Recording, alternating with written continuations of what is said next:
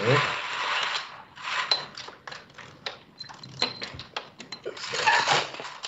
You getting your natural light? Yeah. Yeah. All right. Hopefully that's better. I just can't. Oh, there we go. I can't stop it just keeps changing with the sun. I don't know how to. All right.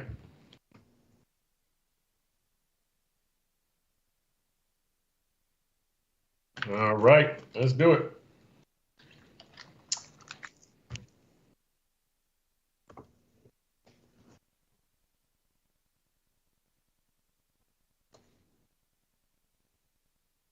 Dolphins rookie camp is over. OTAs begin in a couple of weeks. We saw first-round pick Chop Robinson at rookie camp. We saw second-round pick Patrick Paul. We saw the offensive lineman who hasn't played in a college football game. It was a good time out there at Dolphins rookie camp. We will tell you about it. Welcome to this week's edition of Dolphins Deep Dive with Perk. I'm Chris Perkins, your South Florida Sun Sentinel Miami Dolphins columnist. That's David Fonas, your South Florida Sun Sentinel Miami Dolphins writer. We welcome our viewers. As always, we welcome your thoughts, comments, and questions on our chat. We also remind you, if you missed any part of this show, you can catch the podcast on Amazon, Spotify, Apple, or wherever you get your podcast. So, look, rookie camp didn't allow us to see a whole lot of on-field action, but we did get to talk to many players, including, I might need your help on the pronunciation here, Fonas, Bayron Matos. Did I get that close? I think you're thinking about Byron Matos. Yes. That's Byron. Just think it. Byron. Okay. Just think Byron. Mike, that's it. The native of the Dominican who played college basketball at USF, walked onto the football team, didn't play in the game, but he was impressive in a couple of ways. We'll discuss who and what got our attention at last week's rookie camp. We will discuss what we're looking forward to seeing in next week's OTAs. Hint, the wide receiver trio, going to be very good with Tua. And listen, Mike Greer, Chris Greer's brother, got the #1 pick in the NHL draft. So good luck to him. San Jose Sharks, I think that's June 8th and 9th or something like that. Also, the NFL schedule gets released on Wednesday. We will talk a little bit about that. And this is going to be we're going to try to make this a quick show. We're going to see. I always draw this out, but we're going to try to make this a quick show. But we've got enough stuff. Let's go deep, baby. Let's go deep. All right, Fonas, who or what got your attention at rookie camp? Look, we can start with Chop Robinson. You know, the only thing that I saw him really doing, and the only thing that they did physically, was going up against that blocking sled. So all I can say is that he showed good punch, right? The coaches seemed to like what they saw. They took him over for a little individual instruction at one point. Have no idea what they wanted to see, but when he came back and joined the group, they seemed to be pleased. So I can say that, look, Chop is not the biggest guy physically, but I thought that I saw some decent power. Again, it's just a blocking sled, but I did like what I saw from him and like what I heard on the podium. First, I was what caught my attention was that change in introduction. Let's go deep now. You threw me for a loop with that one. So, yeah. And I just mentioned the receivers too, so there you go, baby. There you go. Okay. I like it. Yeah, rookie minicamp. I mean, we don't get to see a lot. We go inside after the first 3 periods of practice, so we see a stretch, an individual portion of drills, and then some slight team activity. Which in rookie minicamp, it's a lot of tryout players out there. Funny because I saw one tweet of someone overplaying a play that a wide receiver made in another rookie mini camp and saying he's already proving himself. And I'm like, proving what? What are you proving? You caught a pass against some tryout player that maybe was a walk-on at like Northwest Missouri Valley something. And so, but anyway, Yeah, I mean, I did like just getting to know these guys. We learned something about Chop Robinson and Mohamed Kamara, that they actually trained together in the offseason in Phoenix. So kind of fitting that they end up congregating here in Miami, and they would talk to each other, talk smack, compete with one another. Mohamed Kamara would say he was always trying to get on Chop Robinson's level because he knows, hey, that's a first-round talent, and he's going up against him. So he would always just compare what they're doing. He said he won some bet. He wouldn't disclose what it was, but apparently they had some friendly competition in training, and he outdid him in some aspect. Yeah, Patrick Paul, he is extremely huge. He is a very large human being, which you can tell from even those pictures that the Dolphins have posted where you see all of them lined up, all the rookies, they're all about here, and then Patrick Paul's up here. And he was the one that held the cell phone for the selfie, where he had to angle it very much from high to low so that he gets everyone else in there and he's not overshadowing them. But very cool to meet them. Jalen Wright, I think you see a little bit of a quick burst. I know we saw some of that from Devon Achane last year at the same point, so did get to see that especially in that one rep that the Dolphins put out on video. But yeah, just cool to see these guys and see the personalities, especially like Byron Matos. We'll talk about him a little bit later too. Yeah, we will.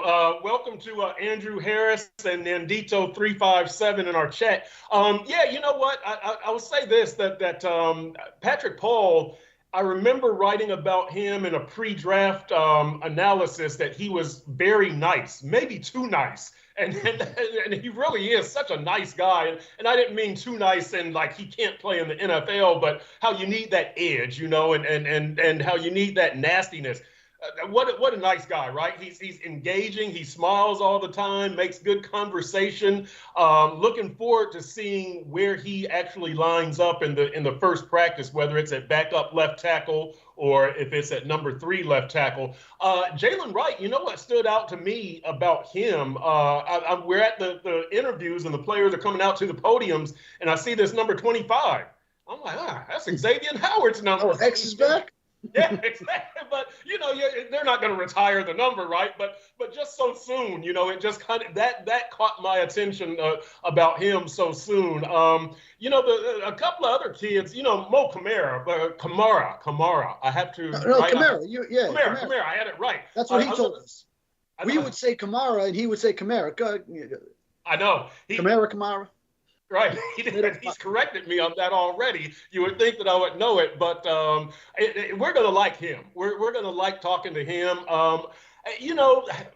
What kind of punch can he provide from that edge rusher spot as a 5th round pick? The expectations are fairly low because he's a 5th round pick. Andrew Van Ginkel, a 5th round pick. If you want to go back, Rashad Jones, a 5th round pick. But expectations are low, but let's see what he does. He's built low to the ground. He's another one who looks, looked fairly powerful against that blocking sled. But again, it's a stationary blocking sled. A college sophomore would look pretty impressive against a blocking sled. The other guy that, Gavin Hardison, the undrafted quarterback from UTEP, Texas El Paso, he's got the rocket arm. He did have some arm surgery, but I'm looking forward to seeing how strong that arm is. I don't know if he's a practice squad candidate. I don't know if they would keep him. It's a long shot to me for him to beat out Skylar Thompson, but hey, we'll see what happens. Yeah, and I mean, he threw a lot of interceptions in college too. So, I see him as just really right now a 4th arm, a training camp arm. He could be like James Blackman was last year. And then they also had a local kid as the tryout quarterback, Micah Leone. He was a Boca Raton High and also a backup with UF. Mo Kamara. I mean, I think he can do some things. I don't think it's like you said, where he comes in without any expectations. I mean, he's a guy that was kind of expected to go as a fringe day 2 player. He could have been a round 3, early round 4, early in day 3 guy. And then he goes in the 5th round. So he could end up being really sort of a steal in this draft. Same way, maybe I look at Malik Washington as a possibility, as a slot receiver, a guy that led college football in receptions last season. It was cool to get to see him. And I mean, he's a guy that could sneakily and maybe not to the extent of Puka Nacua last year, but right. I mean, he could be someone that contributes. Now, granted, I mean, now it's a deep receiving core with Odell Beckham Jr. also there. Tyreek Hill, Jalen Waddle are going to get a lot of targets. So how much will there really be, even if he does end up beating others out and being the fourth receiver, even if it's over Braxton Berrios, River Craycraft, These guys, they have some cachet with this coaching staff. River Craycraft, a great blocker downfield, which is so important in this offense. Braxton Berrios, a consummate pro. But I mean, maybe down the line as he develops, he's a guy that I could see as a nice slot receiver. And he was also sort of expected to go higher. Dolphins got good value getting him in the 6th round. So look out for him. David Lazar, welcome. Jonathan Deal, welcome. As a reminder, I will be answering some of these questions later in the week on a Q&A. So along those lines, Nandito357, I got one of your questions. Jonathan Deal got your question. From David Lazar, he writes in, Fonas, from videos, you could see the speed, you could see the difference in the defensive end's speed. Chop was fastest and Kamara wasn't slow, but faster than the other guys. Did you guys notice it? I'll tell you this, I did not see the quick first step from Chop Robinson, but I wasn't watching only Chop. I was trying to see the offensive players were in front of the defensive players. I'm sorry, were in front of us. The offensive players were on the far field. I was in the stands, so I didn't see a whole lot of offensive players. I didn't see a whole lot of the speed of Chop Robinson. He's got that first step. I saw some bursts. I saw some strength, but I didn't see any speed. What did you notice along those lines, Fonas? Yeah, and I mean, I would hope that he looks faster than the other guys. Remember, the other guys are largely tryout players that are they didn't get drafted, and then they weren't undrafted free agent signings either. So also as an outside, as an edge or linebacker, Grayson Murphy was in there as well as one of the guys. Yes, and we should make sure we mention this. Aaron Lynch, who played 7 years in the NFL, last played a regular season game, I think it was 2020. Right. But he was in San Francisco for his last year there on his rookie deal. That was Mike McDaniel's first year there as an offensive run game coordinator, whatever that title was that he had first, run game specialist, I think, initially, before run game coordinator, eventually offensive coordinator for the 49ers. 1 year at that, then he becomes the Dolphins head coach. But there was sort of that connection there where he was he had a season in common with the 49ers, and then as he apparently is trying to make a comeback, was out there at Dolphins rookie minicamp as a guy in his 30s, which is very, very interesting. It was like you looked up and down the roster at the date of birth, and who's the guy that doesn't fit? It's kind of like that Steve Buscemi gif, like, how do you do, fellow kids? Yeah. Speaking of Buscemi, that's terrible that he got attacked in New York, in Midtown Manhattan over the weekend. Apparently someone just went up to him and punched him randomly. That was very odd. Yeah, all right, I guess I'm just breaking this news to you. It was all over all the New York papers yesterday. Wow, I like his work. Apparently somebody did. So Fonas, I was joking on social media that it must have been Phil Leotardo, Sopranos character, Steve. Yeah. So hey, there's a bunch of people out there laughing at that, Fonas, but I'm not one. I can't relate. The first suspect is Phil Leotardo. There you go. People know what you mean. Yeah.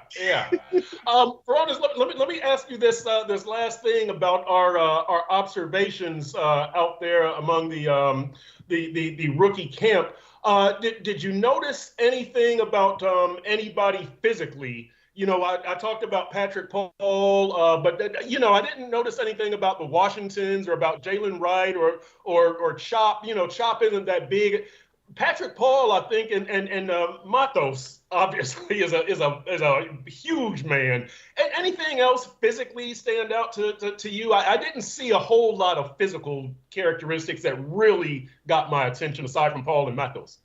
Yeah, I would say definitely the size of those two guys, Paul for sure, and then Matos among the undrafted players, and then I think Jalen Wright definitely has the speed, has the burst as well. So, but yeah, physically, what definitely stands out is Patrick Paul, just his size for sure, 6'7", 331, and the long arms. When I shook his hand, he really swallowed my hand. Yes.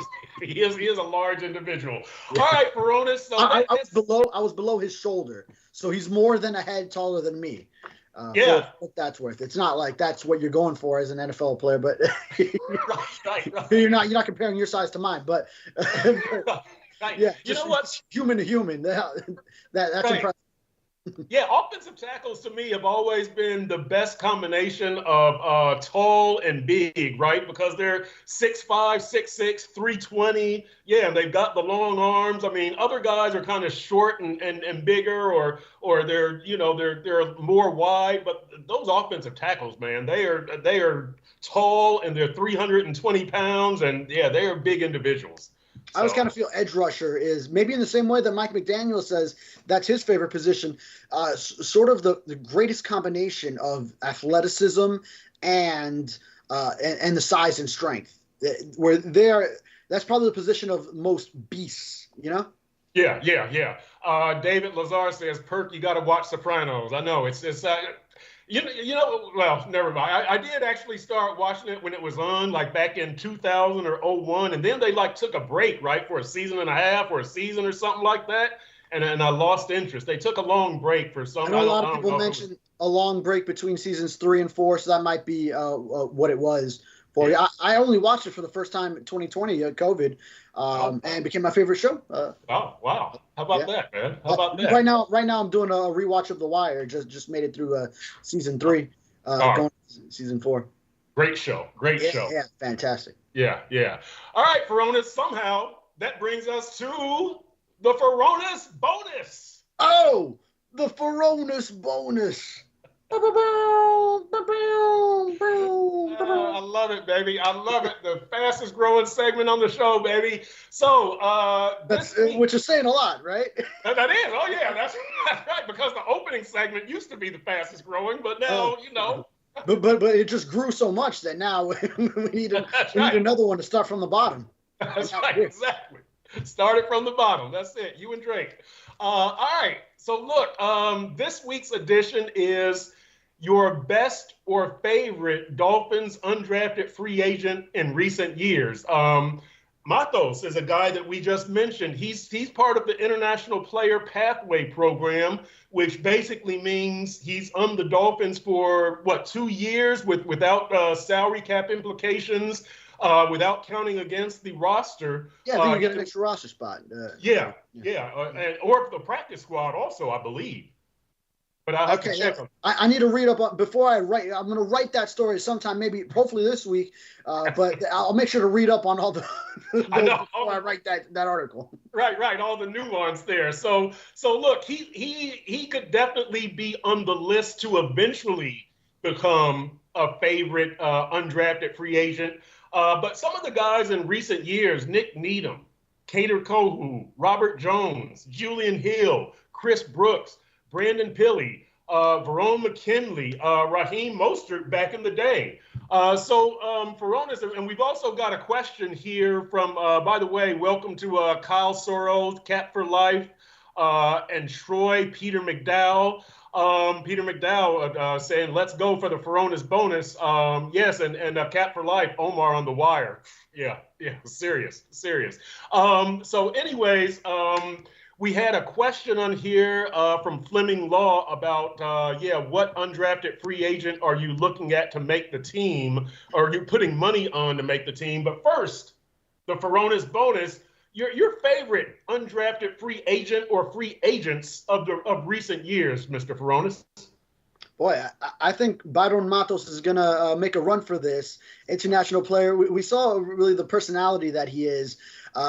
Dominican guy. I mean, I kind of felt like I was talking to a Big Papi clone almost when he was there. He took Spanish questions, so he was speaking in Spanish. I'm a Spanish speaker, so I understood it all and sort of got his humor that he was interjecting and all his answers, how comfortable he was really speaking two languages, because even when he switched over to English, he was having a lot of fun with it. You could just see he was just a natural talker. So it kind of reminds me of the personality that Big Papi is, David Ortiz, all those years with the Boston Red Sox, and also size and stature too, because I mean he is a Big Papi. That's kind of just what I felt from his personality and the size aspect of it. So, I mean, hopefully now working with Butch Berry and that's the Dolphins offensive line coach for those that don't know. And then that could get him some development. And then we'll see what he ends up becoming as a football player turned from basketball player at USF,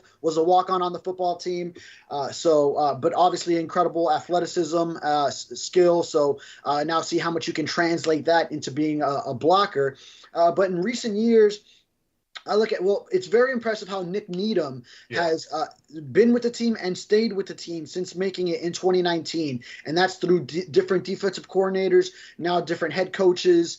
He was all those years in Brian Flores' defense, but then under Mike McDaniel, but then you still had Josh Boyer for a year. It was Vic Fangio last year. He was coming off the Achilles, still there. He's getting another shot this year, possibly playing some safety now. So finding new niches for himself to get incorporated into this defense. So just an impressive career that he's formulated for himself. Kader Kohu has played so many snaps, so that's been valuable. I know last year he got beat on a lot of them. He was targeted, picked on a lot. That's what's going to happen when you have Jalen Ramsey on one side, Xavier Howard on the other, and then teams are trying to put like the Cowboys putting CeeDee Lamb in front of Kader Kohu when you're not moving your corners like Vic Fangio chose not to last year. Yeah, you're going to get picked on a little bit, but he has had a strong 2 years for an undrafted guy.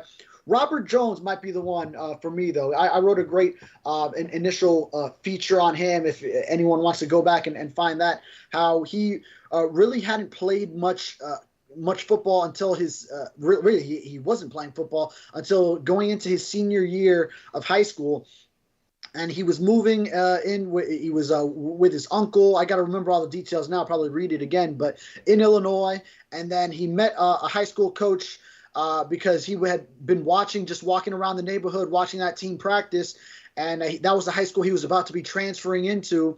And then when the coach meets him, and he said, I talked to him, and he told me he sees an old guy, a big guy, and a little guy. He was like, I hope it's the big guy right there in the middle.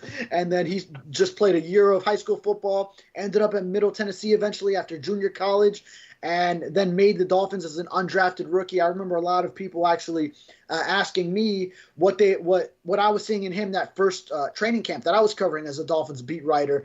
And I was like, I don't know, I'm not really looking at the number 3 right guard, like third string, undrafted, like maybe he's the 80th guy on this roster right now. I'm not really watching him. But then with so many people that knew him and liked him asking me about him, I was like, all right, let me start looking at him.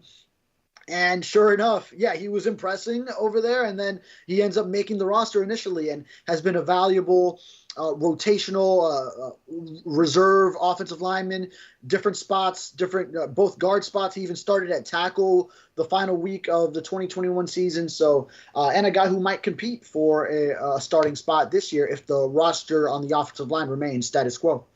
Yeah, you know what? You named the 3 guys that I was going to name, and they all have connections to me because I was born in Chicago, which is where Robert Jones is from. I've talked to him about that. And then Nick Needham and Kader Kohu both went to college in Texas. I'm from Texas. Kader Kohu at Texas A&M Commerce and Nick Needham at Texas El Paso. Another one is Verone McKinley, another Texas kid.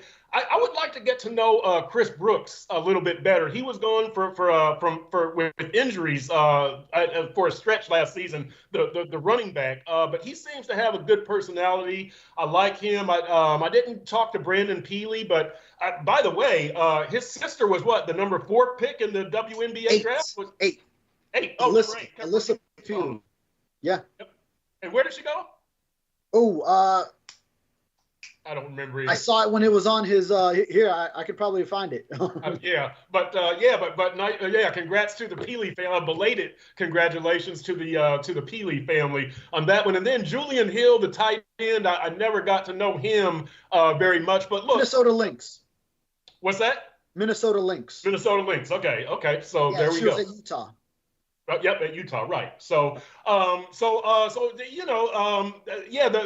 one that I'm probably rooting for this year, Mathos is probably the leader in the clubhouse. However, we do get this question also, Furones, from Troy, saying the River City is anxious for any news about our guy Storm Duck. He has good instincts and is a good tackler, but lacks high-end speed. Fins up from Louisville, Kentucky, where we're having the golf is there this week, right? Valhalla, the U.S. Open. So yeah, big week for Louisville because Storm Duck takes the field for OTAs next week.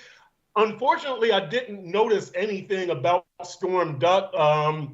Others said that they kind of saw some stuff from him, some good stuff, some signs of the speed. He's a highly regarded undrafted free agent, but we will keep you updated, Troy.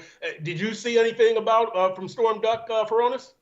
Yeah, I mean, what I will say is that it's telling that the Dolphins made a commitment as far as the guaranteed money for Storm Duck. So he's not just a name that they liked and they said, oh, let's bring him on because that's a cool name. They really see him as someone that has a chance, similar to 2 years ago when Kader Kohu made it. He was one of those undrafted guys that got more in the guaranteed money. So he was a priority undrafted free agent for this team. And I think there are visions of what they can do with him. So I think, and the Dolphins have a track record of finding those cornerbacks. Nick Needham also as a cornerback that has been a valuable piece to the defense over the years, and Kohu in the amount of snaps that we've seen. So I think they have an eye in the scouting department for those players that they can use in the defense. And Anthony Weaver probably has a vision for him. And one thing I like from talking to him is obviously it's our introduction to the man named Storm Duck. So we're asking him all this about his name. And he said, yeah, well, Storm, obviously very cool first name. And then actually growing up for his last name, Duck, he would actually, there would be jokes made about it, whatever, but he learned to embrace it. And he embraces it over time. So I love that, hearing that from him. And then I think now in adult, I'm pretty sure everyone he comes in contact with is just loving that his name is Storm Duck. And he was asked by our friend Adam Beasley, is duck a noun or a verb? Meaning duck as in quack quack duck, or duck like duck down. Right. So he said definitely a noun. So yeah, it's a duck. I know we've all got our corny things. I was saying in the media room, so we're at the family picture, the photographer has to get his ducks in a row. Hey, I know, it's terrible. That was great. That was great. I'm sure he's heard them all.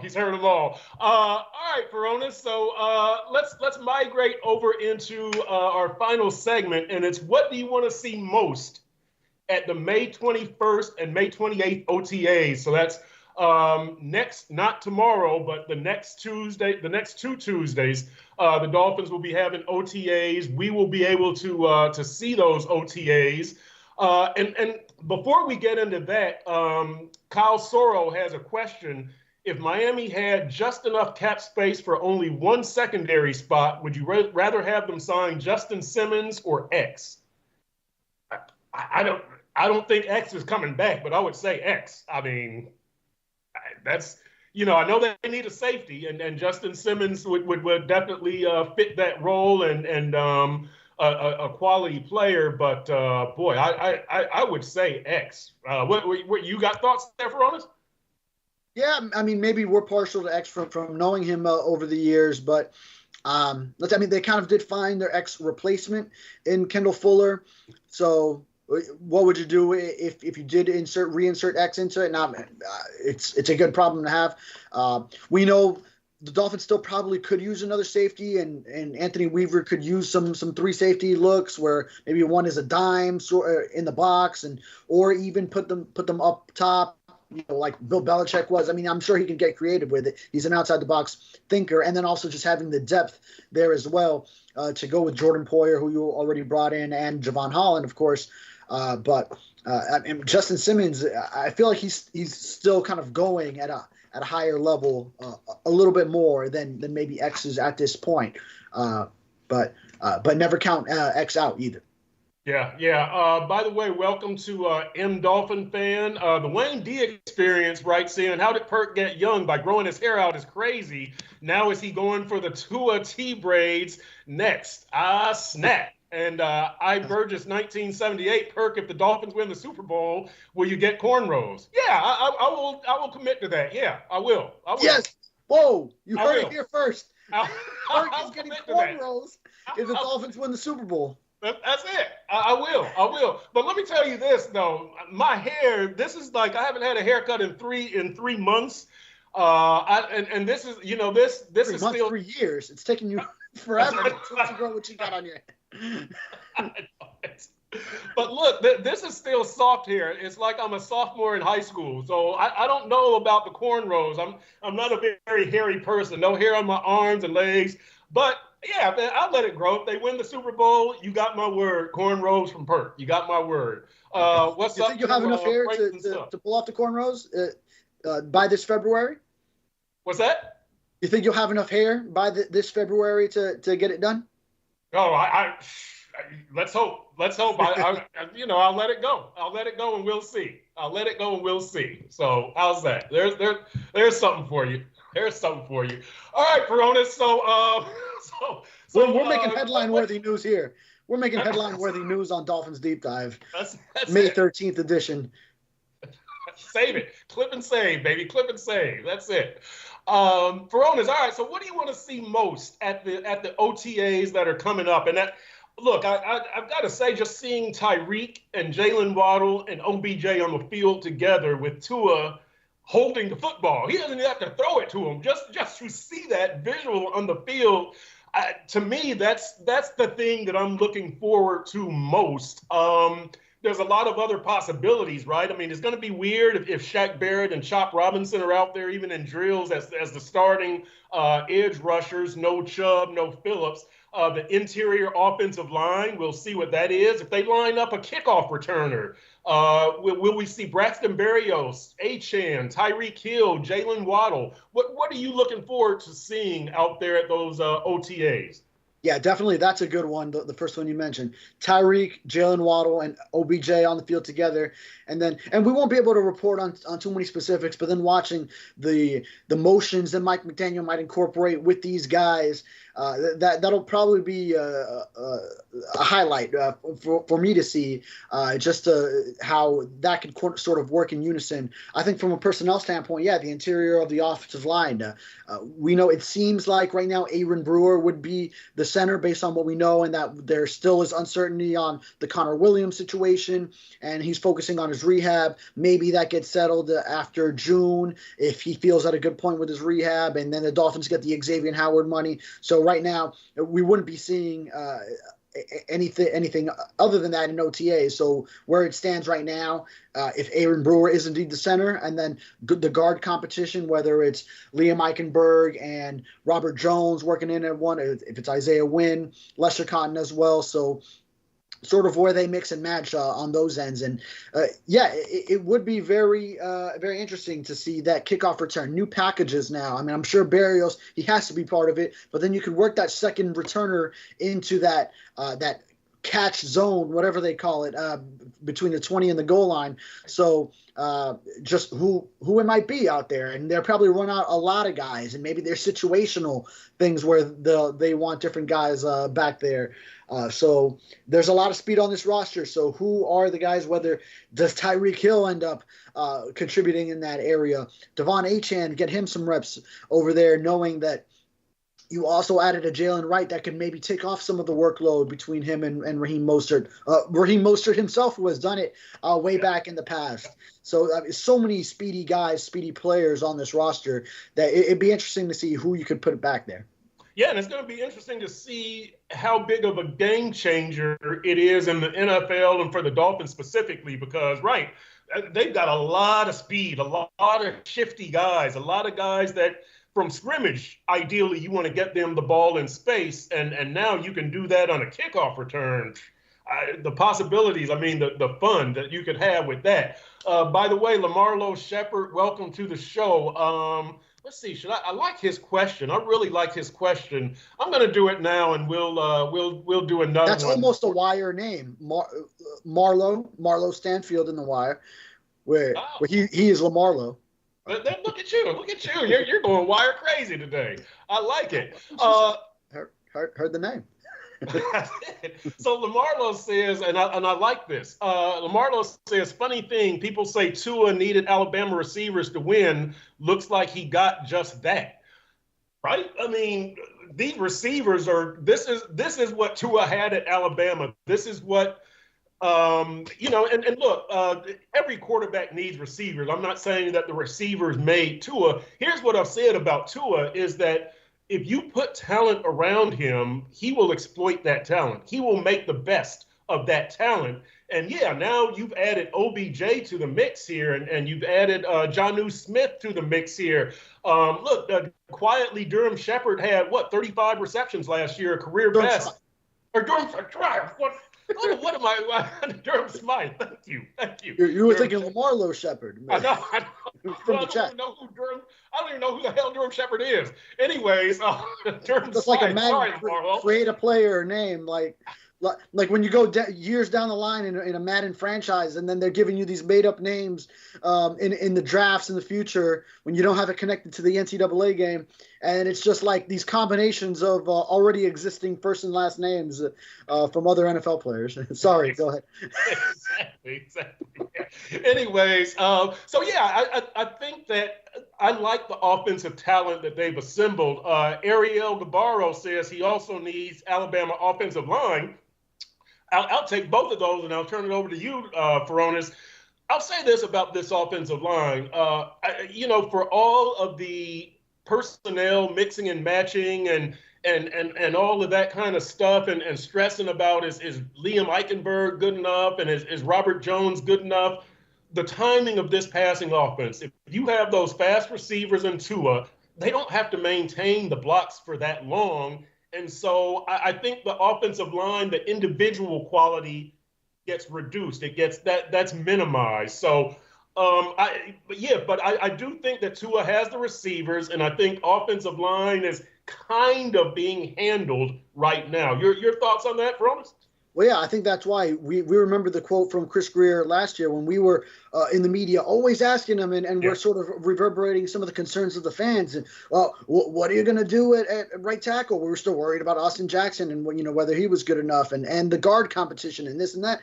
And Chris Greer said, you guys are a lot more worried about it than we are. And then we saw why, because this offense is so predicated on the timing that's why you can go through 12 different starting offensive line combinations, and Tua's getting the ball out so quickly, precisely when he needs to. Receivers barely breaking out of his breaks, and the ball's there. So he gets the ball out quick, and the timing of this offense helps the whole situation, as well as what Butch Barry has done in teaching the techniques that he wants to harp on and incorporate into this offense, not to mention how the motions keep defenses on their toes and don't allow them to just overcommit to just rushing the passer or pinning their ears back, as people say, and then and just getting that huge jump because there's so many different ways that this defense can extend you to the outside. So all these aspects of just how this offense operates helps the Dolphins in that regard, where even if you're mixing and matching on the offensive line, even if at certain spots on the offensive line you don't have a Pro Bowl player, that you can still make it all work. Right. And Fonas, let me, as we prepare to get out of here, let me put this out here for our viewers, this question, and then we're going to go to a question on here because there's a delay, so I'll give the viewers some time to catch up. Fonas, would you, at backup left tackle, would it be right to put Patrick Paul there as the second-round pick, or would it be right to put Kendall Lamb there because he's earned it? And look, we know that last year that job that he did against Dallas on Micah Parsons was a very good job. It was a key to winning one of the best games of the season. But Patrick Paul is the future. He's the guy. Wins. The best win of last season. Yeah, the best win. As far from a competitive standpoint, as far as the other team that was on the other side, it was the only win against a winning team. So right. And so Patrick Paul is the future? Do you want to put him there at backup left tackle? And when Teron misses games, that's not a slam on Teron. We know he'll probably miss 4 or 5 starts because of his age and his physical situation. Should Patrick Paul get those starts, or does he have to earn those starts over Kendall Lamb? So that's what I'll ask you for, and I will let the viewers catch up so they can answer that. But this one from Troy, any of the offensive linemen have that Richie Incognito nastiness? I think Brewer probably does, and I think the team has added that, right, with Brewer and Jordan Brooks and Jordan Poyer. Some of these dudes are kind of hard heads. Jonnu Smith seems to have that attitude, but what do you think of the offensive lineman nastiness? And then we'll go back to Patrick Paul and backup left tackle. Yeah, you're throwing so many things at me. I know. I'm disorganized, bro. You know this. I think Brewer seems to have that nastiness. When we've mentioned Patrick Paul is such a nice guy too. So now he could be a nice guy in communicating with someone, but then be on the field and be a nasty MFer. Maybe we'll see that develop, once we really get into some action. But as far as that backup tackle spot, I think it's Kendall Lamb's until proven otherwise. I think Patrick Paul would need to earn it, would need to show in practice and drills that he's ahead of Kendall Lamb in order to get those reps. If either Austin Jackson or Teron Armstead go down, we know Armstead often is dealing with multiple injuries for one that then leads to another, and so eventually you count on having to have him miss time and go to a backup tackle before he hopefully gets back into action in a couple of weeks. Maybe needs an IR stint like he did for 4 weeks last year.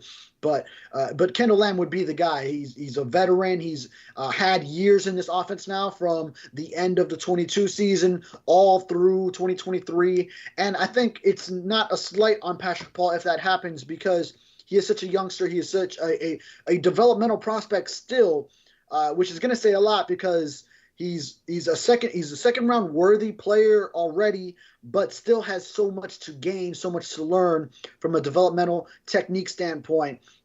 Once he gets into working with Butch Berry, that I think he has such a high ceiling once he does get the hand usage and placement down to go with his size and athleticism at that position. So I think an incredibly high ceiling, and I wouldn't take it as any slight to Patrick Paul if Kendall Lamb, who is now how many years in the league is it? 10 maybe? He's around double digits at this point. 9 it might be, but maybe I'm thinking of last year's number. But and who has been in this offense and been a valuable player that, like you said, was very good against Micah Parsons, a premier edge rusher in one matchup this past year. So no slight on him if that's the case. It's Lamb's as the backup swing tackle until proven otherwise. Peter McDowell says if Paul looks good in camp, he has to be given the chance. I think whoever plays better in camp and preseason should get the snaps. Walt Dog 1, 2, 3, 4, Patrick Paul, left tackle, Kendall Lamb, right tackle. Lamarlo Shepherd, Lamb needs to be back up until Paul is truly ready, but try to get him some snaps. Ideally, this is a meritocracy, right? That the better player wins. But this is your second round pick, Fonas. I don't want him to go into 2025 season when we think Teron Armstead will retire and you'll need a new starting left tackle. I don't want to be starting from ground zero. I want him to have 4 or 5 starts, and maybe he gets some start. Maybe he's the backup right tackle. It seems like Kendall Lamb is not crazy about playing right tackle. He's done it. He's not crazy about it. But here's my question. If Patrick Paul is not good enough to beat out Kendall Lamb is good. Kendall Lamb is a veteran. He's not a starter, but he's good. If Patrick Paul doesn't beat him out in this meritocracy, is this a wasted year for Patrick Paul and the Dolphins from that standpoint? No, no, absolutely not. Because, and we've heard this from Mike McDaniel, is that offensive linemen need that second year in this offense. So he wasn't judging Austin Jackson and Liam Eichenberg off of their first year, and Austin Jackson was largely injured for, the 2 games he played that first year in the McDaniel offense. He got hurt and went back on IR for each one of those. So he barely even played in games in that year. And then so there's a great example. Then you still saw his second year in the offense, even though he didn't really get many in-game snaps. It's not like that in-game experience is what you're talking about, like how Patrick Paul needs some snaps in his first year. It would not be a wasted year, and that's a great example of why. A second year in that offense, especially a player that the Dolphins, from Mike McDaniel's comments, from Chris Greer's comments, we know the Dolphins still know that he needs some development, and they brought him in with the plan to develop him. So it's a good situation for him to not necessarily be needed to contribute or start right away as a rookie in this offense, and he's going to benefit from having a year. And then now, if he's fantastic and already you see that he's better than Kendall Lamb after you put him through all the offseason OTAs and minicamp and then beats him out in training camp, then by all means. But I'd rather get him his snaps at the end of blowouts. When you win a week 3 game, 70-20 in the heat of Hard Rock Stadium, and he gets the fourth quarter, that's where I'd like to see him get his snaps. And then if by need he goes in there and gets some snaps, and then hopefully he's ready. But I think that second year is when you really start to judge Patrick Paul as an NFL tackle in this offense. Walt Dog 1234 says Patrick Paul has been left tackle all his life, dating back to high school. Paul is a top 60 pick. Kendall Lamb, right tackle. Paul, left tackle. And we'll end it on this one. Israel Jastream says, do you think Miami has 2 starters that aren't on the team yet, free agency or trade? If so, what position? Here's what I think is that Miami goes to training camp with what it's got right now. And meaning, like, for right now, it doesn't pick up a defensive tackle. It doesn't pick up an interior offensive lineman. You see what you've got in OTAs and in training camp, and then you make your move. So are there 2 starters that aren't on the team right now? Perhaps. I would say, really, I would say that there might be one, and that's the defensive tackle besides Zach Sealer. I think you're going to find 3 starting interior offensive linemen among the crew that you have.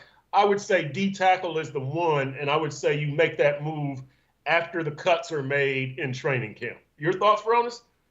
Well, I think the Dolphins are going to spend on bringing in a couple of veteran players that could compete for starting spots, and it could be for the defensive tackle next to Zach Sealer, which there's already going to be some competition there. Similar interior offensive line, how there will be some competition and maybe some mixing and matching could be at that spot, because post June 1 they get $18.5 million from the Xavier Howard release. So I think some of that is going to be put to good use for the 2024 season. Maybe it's another safety that gets thrown into the mix, and maybe if he's not a starter, at least there's a lot of packages that player plays. So, I think there's going to be value added to this roster, and whether it's a starter, that could just depend on the competition. I mean, Isaiah Wynn was someone who last offseason, it was him and I'm forgetting the name of the other tackle now at this point because he's the one that didn't make it. But Dan Feeney? No. Dan Feeney was in the initial wave. There was a tackle, the former first-round pick with the Bengals. That the Dolphins had. Yes, the kid from A&M, right? Was he from A&M? Now I'm blanking on the name. Hopefully someone in the chat can remind me. But they were both drafted or signed in the same week. Cedric Ogbuehi? Ogbuehi, yes. Cedric Ogbuehi, yes. Yeah. So, look, like last year, around the same time in the offseason, now that wasn't post-June. I think that was in May when that happened. Yep. But they signed 2 linemen. One of them made it. They got our starter out of one of them, Isaiah Wynn, moving him from tackle to left guard, and then he won out the competition by the season start. So maybe a similar situation where you bring in a couple of guys, one of them is the one that ends up really making it. But now, even on the interior offensive line, you have Wynn from last year. You have Eichenberg with another year that I think he'll be better this year. Robert Jones will be a player that is formidable to compete for that spot. And Lester Cotton's still around too. So, there'll be competition. Yeah, and all those guys have made starts, right? I think every one of them has made a start for the Dolphins off the top of my head. So Yes. so you got amid the options 12 different starting line combinations, all of them got it there at some point. That's right. Yeah. You might not have a final answer, but you do have options. Grandizer 12 says, please don't forget the Fonas bonus. You missed it. You missed it. Oh, you missed it. Hey, but podcast. We didn't forget. Baby. We don't forget. That's it. We don't forget. That's it. All right, Fonas. So that's going to wrap it up for this edition. Appreciate it. We will be back next week on Wednesday because the Dolphins have a OTA on Tuesday. So we're going to be back on Wednesday to talk about the OTA. And that's when we will see you guys next week, Wednesday at noon on sunsentinel.com.